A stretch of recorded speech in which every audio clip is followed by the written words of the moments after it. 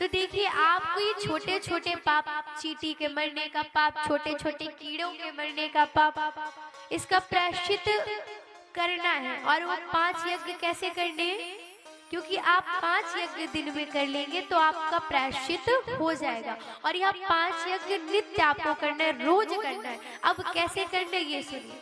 सबसे पहला यज्ञ, आप जब घर में भोजन बनाती है ना, तो जब आप आटा गूंथती हैं तो आप भगवान का नाम लेते हुए आटा गूंथो। उसके बाद जब सबसे पहली रोटी बनाए तो सबसे पहली रोटी अग्नि देवता के नाम की निकालनी चाहिए।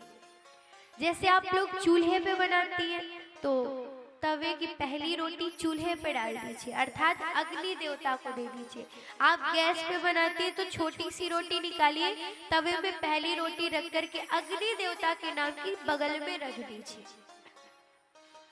अब ये हुआ हमारा पहला यज्ञ। कैसे? सबसे पहली रोटी अग्नि देवता के नाम की।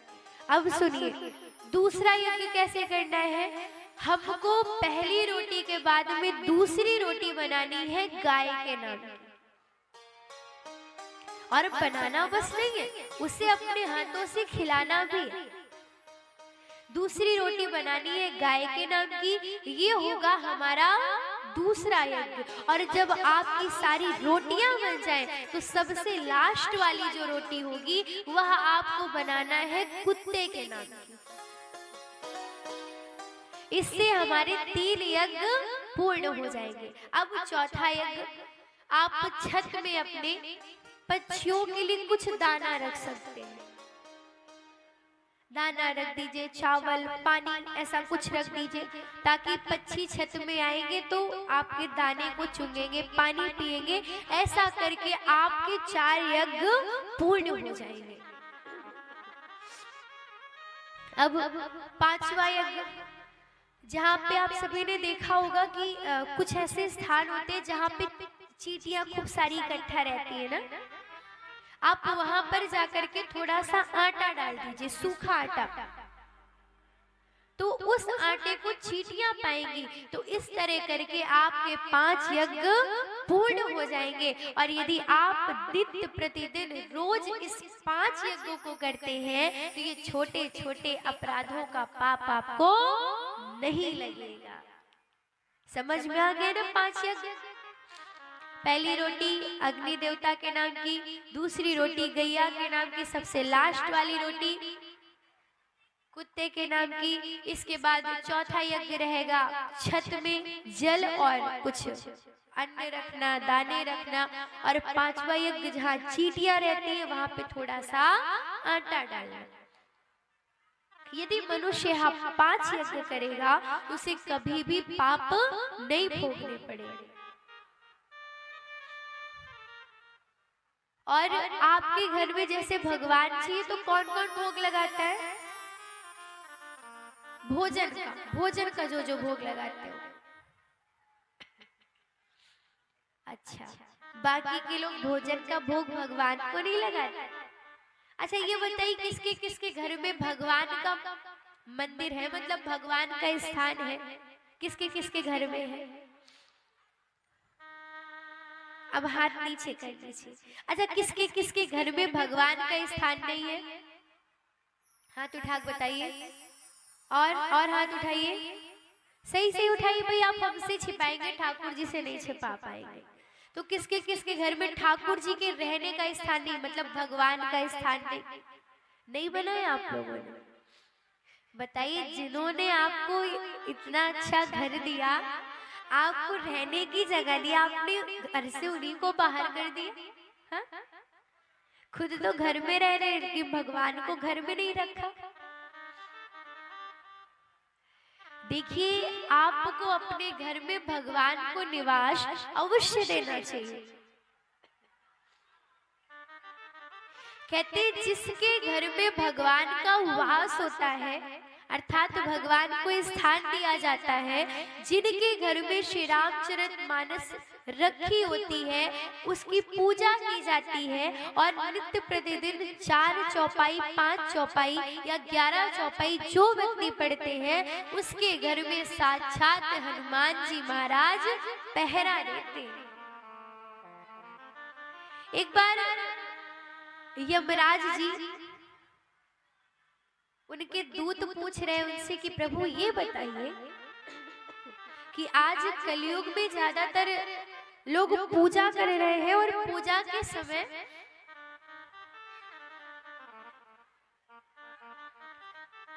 रामचरितमानस का पाठ करते हैं, भगवान का पूजन करते हैं और वो ज्यादा यमलोक में नहीं आ रहे, क्या कारण है?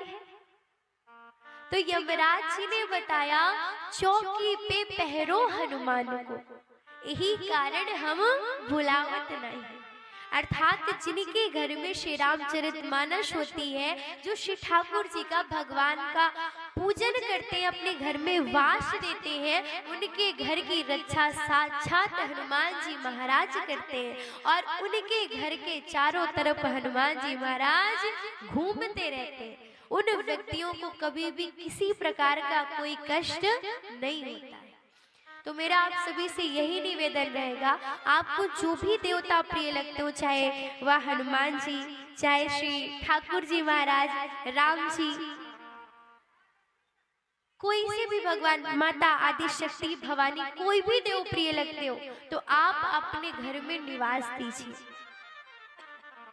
वैसे तो शास्त्रों में बताया गया कि एक गृहस्थ व्यक्ति को 5 देवी देवताओं की पूजा करनी चाहिए, जैसे दुर्गा जी, भोले बाबा, गणेश जी, हनुमान जी, राम जी।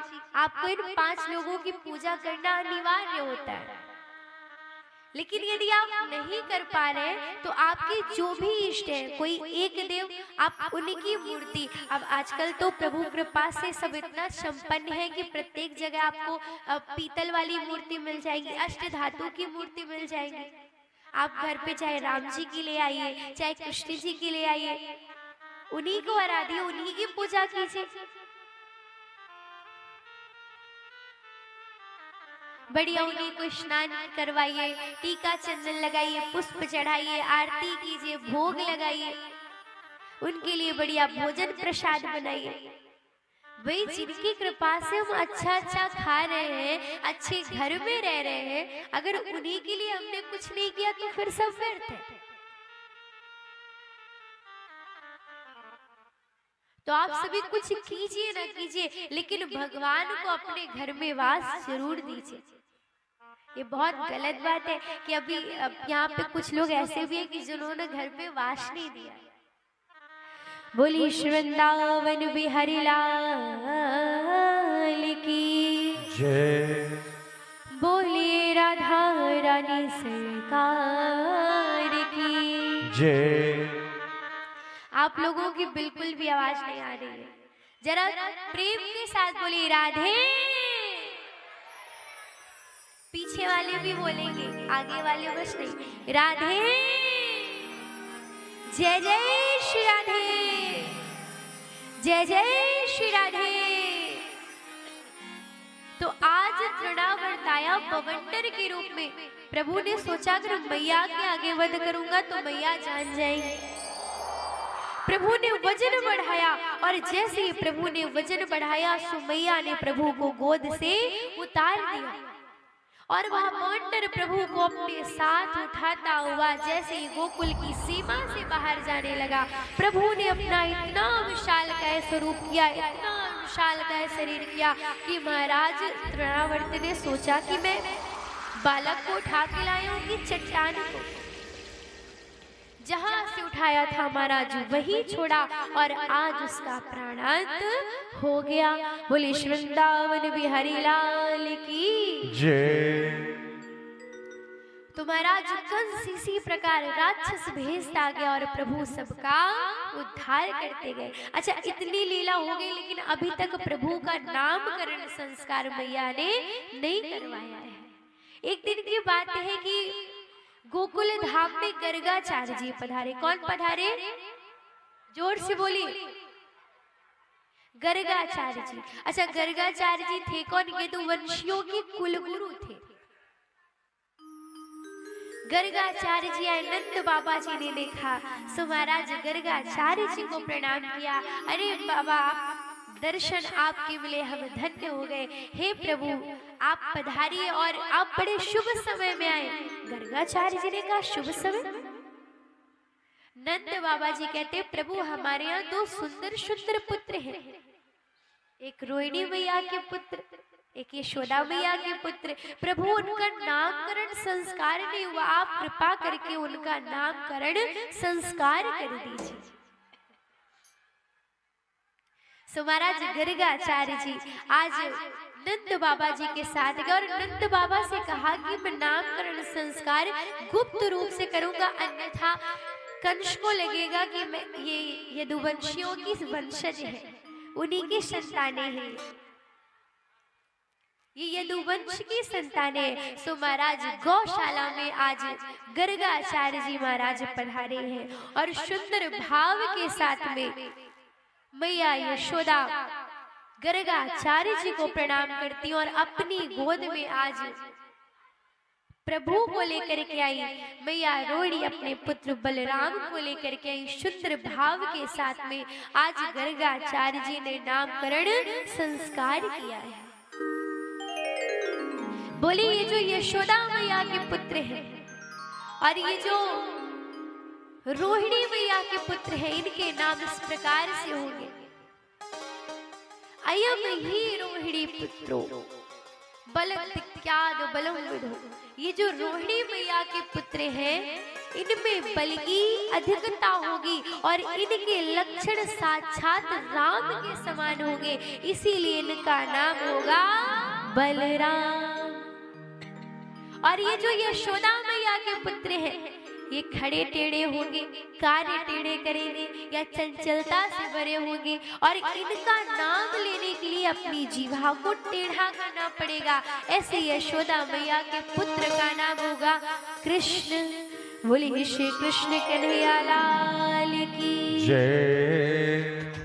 तो रोहिणी मैया के पुत्र का नाम हुआ बलराम और यशोदा मैया के पुत्र का नाम हुआ श्री कृष्ण।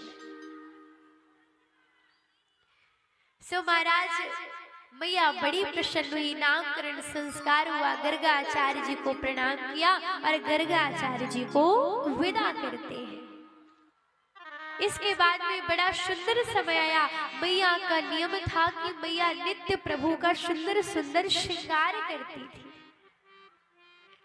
प्रभु को सुंदर से वस्त्र धारण करवाएं, प्रभु को सुंदर सा अंजन लगाएं, प्रभु का मोर पंख धारण करवाएं और प्रभु ऐसे नटखट कि महाराज गैया बैठी रहे तो जाकर के उनकी सींग पकड़ के लटक जाते थे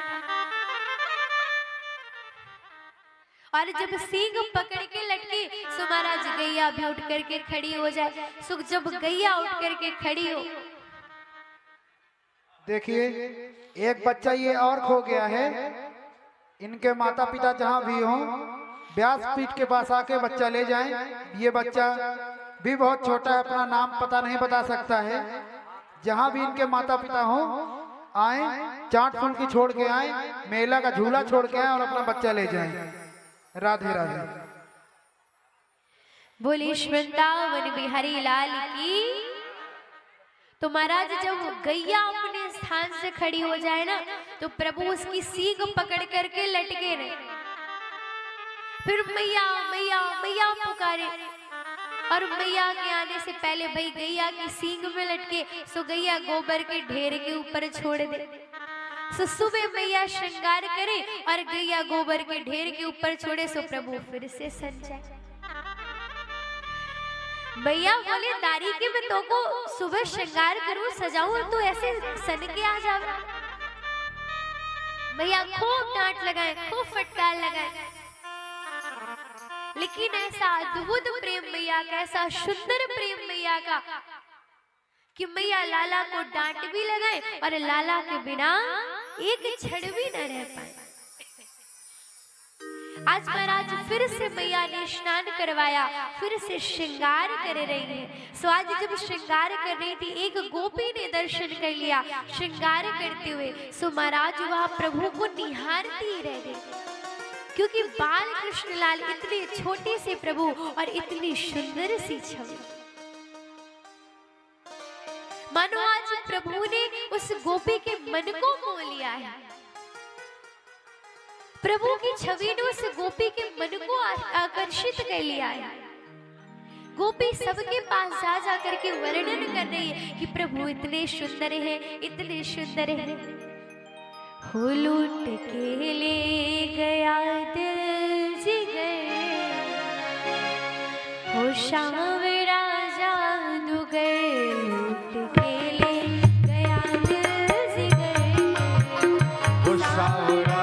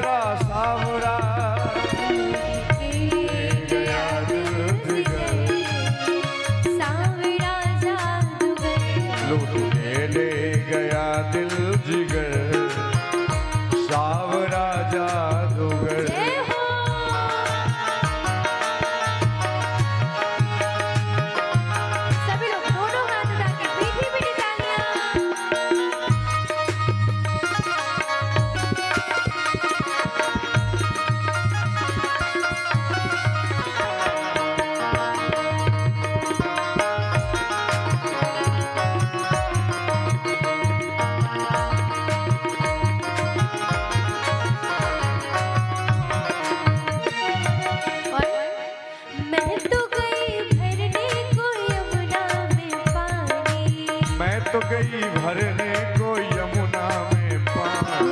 देख छवि नटखट की हुई मैं दीवानी, देख छवि नटखट की हुई मैं दीवानी। मैं तो गई भरने को यमुना में पानी, मैं तो गई भरने को यमुना में पानी। देख छवि नटखट की हुई मैं दीवानी, देख छवि नटखट की हुई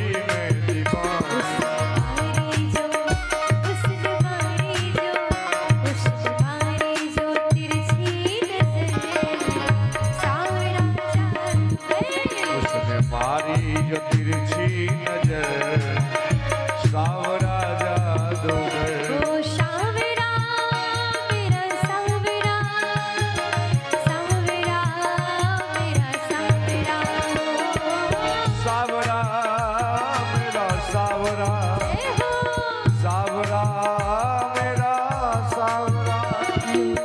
ले गया दिल जिगर, सावरा जादूगर। ले गया दिल जिगर, वो सावरा जादूगर।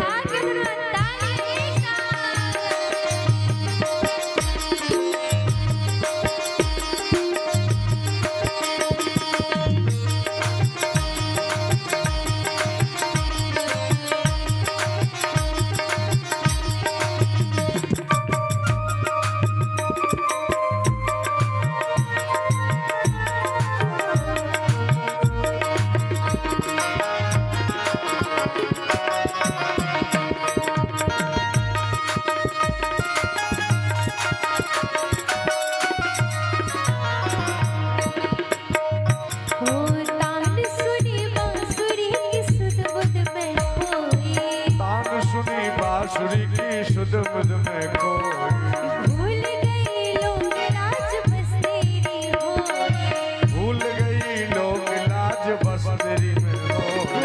तान सुनी बांसुरी की बस्ती में खोई, तान सुनी बांसुरी की सुध बुध में खोई, भूल गई लोग लाज बस तेरी होई, भूल गई लोग लाज बस तेरी में होई।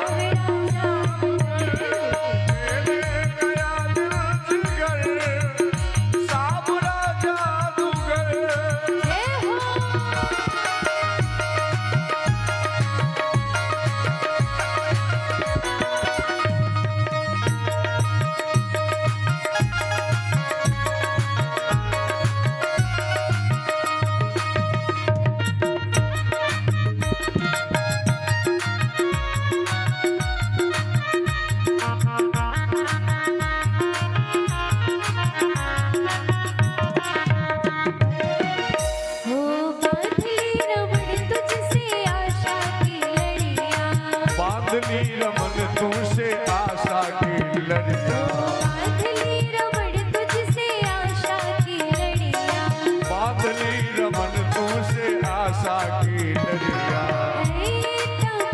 शीश जीवन की घड़िया, है यही तमन्ना शेष जीवन की घड़िया।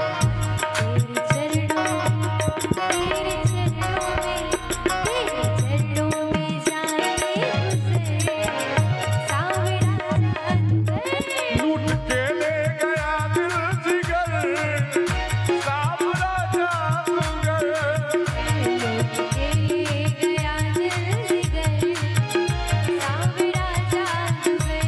लूट के ले गया दिल जिगर, सावरा जादूगर। ओ शावरा मेरा सावरा, शावरा मेरा सावरा, सावरा मेरा सावरा, सावरा मेरा सावरा।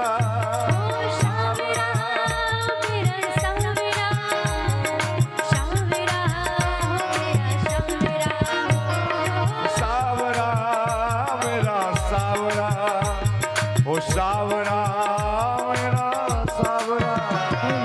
के ले गया दिल जिगर, लूट के ले गया दिल जिगर, सावरा जादूगर। लूट के ले गया दिल जिगर, सावरा जादूगर।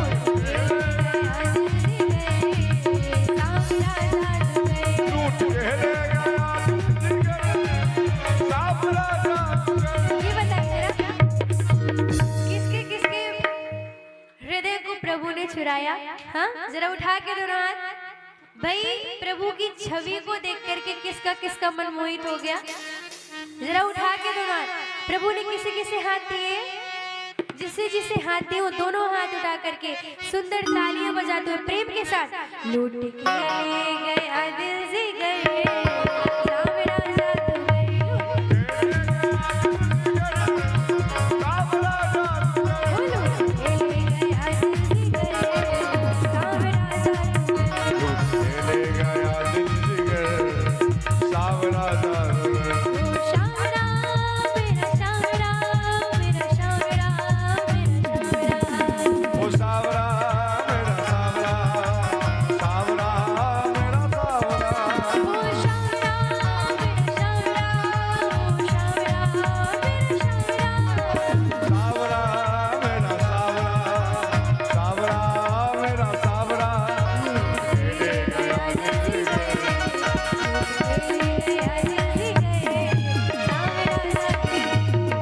ले गया दिल जिगर, सावरा जादूगर। सावरा जादूगर, सावरा जादूगर। लूट के ले गया दिल जिगर, हो शावरा जादूगर। बोलिए शिवांगी बिहारी लाल की, जय बोलिए राधा रानी सरकार की, जय बोलिए श्रीमद् भागवत महापुराण की जय। जय जय श्री राधे, जय श्री राधे, जय जय श्री राधे श्याम। आज एकादशी है, पता है आप लोगों को? हाँ, कौन कौन व्रत है आज? अच्छा अच्छा, ये बताइए भोजन किसके किसके घर में बना है आज? हाथ उठाइए। अच्छा, बाकी के लोग भूखे हैं आज तो?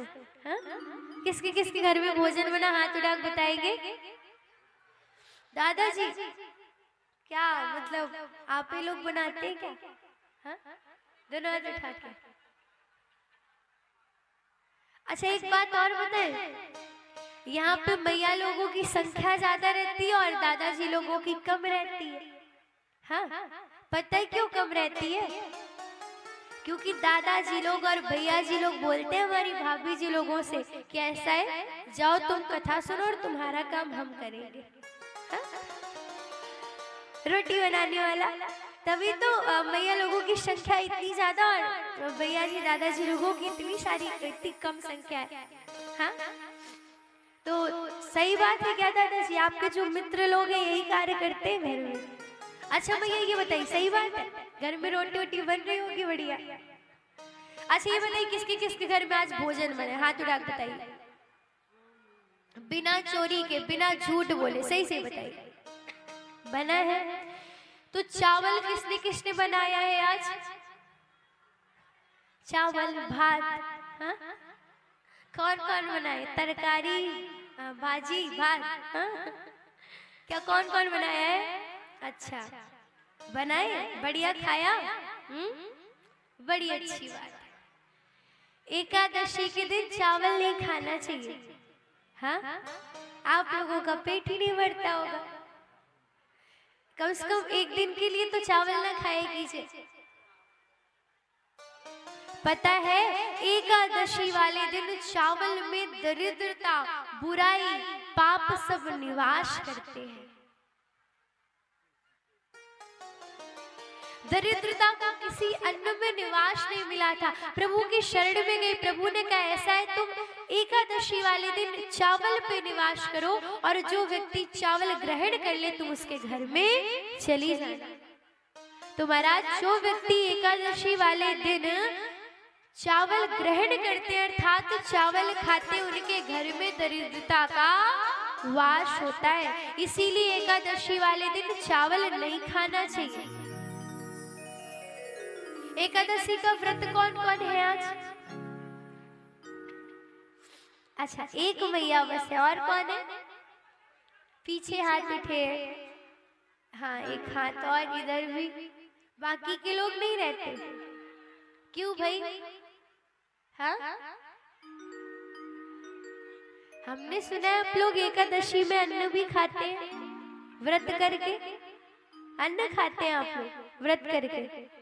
हाँ, चलिए फिर अच्छी बात है।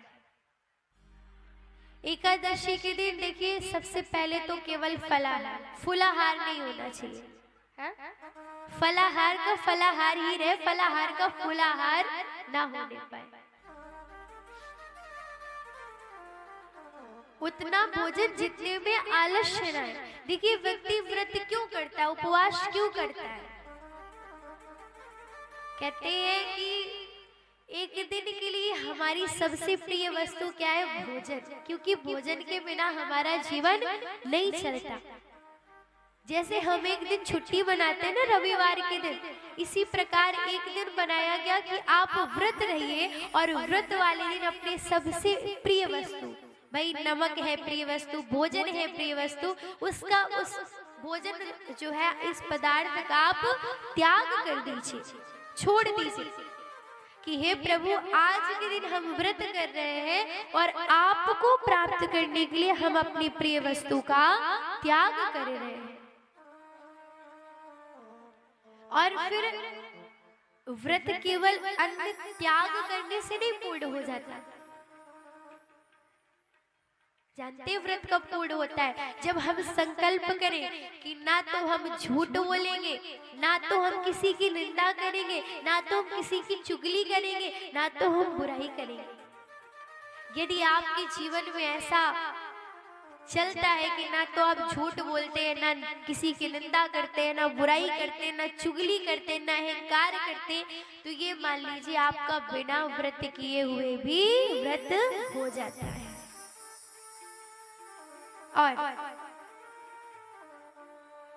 और हमें नहीं लगता कि भाई ये सब नियम सबके जीवन में होंगे। तो इसीलिए व्रत वाला दिन बनाया गया कि कम से कम व्यक्ति एक दिन तो इस नियम का पालन कर ले। वैसे तो प्रयास पूरे दिन का करे, परंतु व्रत वाले दिन तो इस नियम का पालन करे। कहते हैं जो व्यक्ति एकादशी का व्रत करते हैं उन्हें कभी भी नरक नहीं भोगना पड़ता। प्रत्येक सनातनी को, प्रत्येक हिंदू को एकादशी का व्रत अवश्य करना चाहिए। जो भगवान विष्णु की भक्ति करते हैं, जो वैष्णव हैं, उनको भगवान की एकादशी व्रत का अवश्य आपको ये व्रत करना चाहिए। और व्रत करने के साथ साथ जैसे आज सफला एकादशी है तो आपको कथा भी पढ़नी चाहिए। ये एकादशी ऐसी जो मनुष्य को मनवांछित फल प्रदान करने वाली है।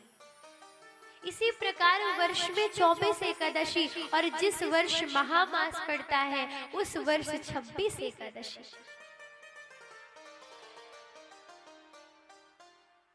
व्यक्ति आजीवन यदि एकादशी का व्रत करता रहता है तो उसे कभी भी नरक में नहीं जाना पड़ता और उस व्यक्ति की गति कभी भी बिगड़ती नहीं है। उसका जीवन सदैव श्रेष्ठ रहता है और वह अंत समय में प्रभु के लोक को ही जाता है। और आप किसी कारणवश व्रत नहीं कर पा रहे हैं तो आप कम से कम एकादशी वाले दिन चावल मत खाइए। वैसे तो सभी लोग व्रत करें, लेकिन देखिए भाई ये तो स्वयं का भाव, स्वयं की इच्छा, स्वयं का मन होता है। अच्छा कई लोग कहते हैं एकादशी विधवाएं करती है, ये करती है, वो करती है। आप शास्त्र में जाकर के देखिए, शास्त्र में स्पष्ट रूप से लिखा हुआ है कि 5 वर्ष के ऊपर चाहे वह बालक हो या बालिका हो, यदि वह व्रत करने में परिपूर्ण है, वह सक्षम है, तो वह व्रत को उठा सकते हैं, अर्थात व्रत शुरू कर सकते केवल 5 वर्ष की अवस्था से। चाहे वह बालक हो या बालिका हो, स्त्री हो, पुरुष हो, वृद्ध हो, कोई भी, जब मन में संकल्प आ जाए उसी क्षण आप संकल्प ले लीजिए और इस व्रत को करना प्रारंभ कर दीजिए।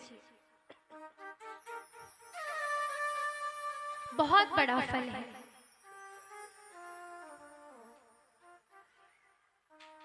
बोलिए श्री वृंदावन बिहारी लाल की जय।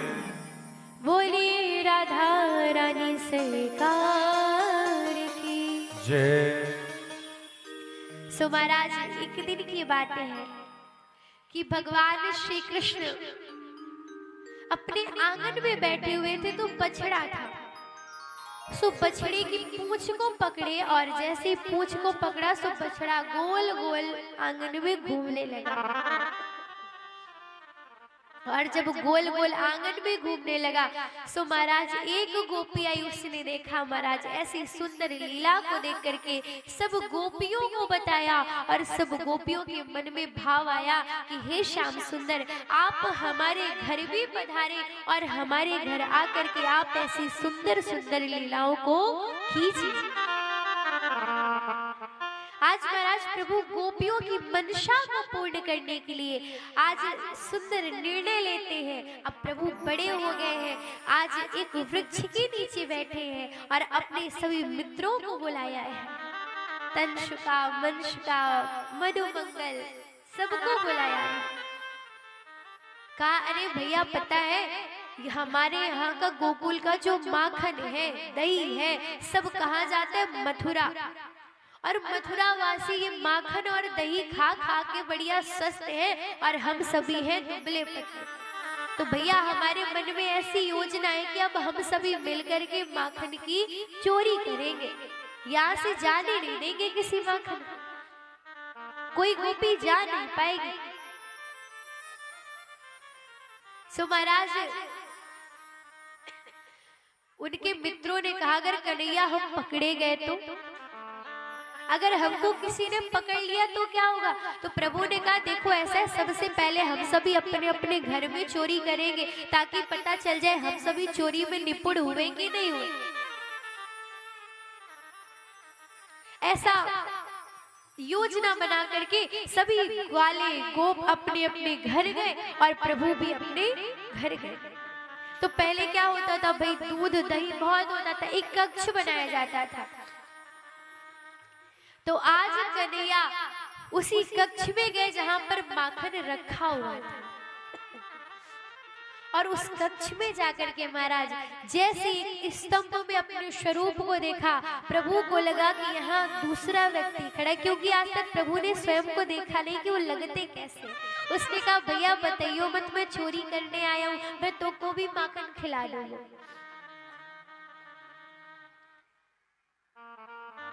महाराज इतने में मैया आ गई। मैया ने देखा, बड़ी प्रसन्न हुई। प्रभु ने सोचा आज तो मैया ने देख लिया। अब प्रभु ने सोचा दूसरे दिन आएंगे। आज दूसरे दिन जैसे ही प्रभु आए, सो प्रभु आते ही माखन की मटकी में उन्होंने हाथ डाला और हाथ डाल करके जैसे ही मुख में स्पर्श करवाया, पीछे से मैया पुकार रही है, ए कनुआ, ए लाला, ए कन्हैया, ए कान्हा, कहाँ है तू, कहाँ है तू। ऐसा करते करते महाराज आज मैया कक्ष में आ गई। अरे कन्हैया, तूने माखन खाया है, तूने माखन की चोरी करी।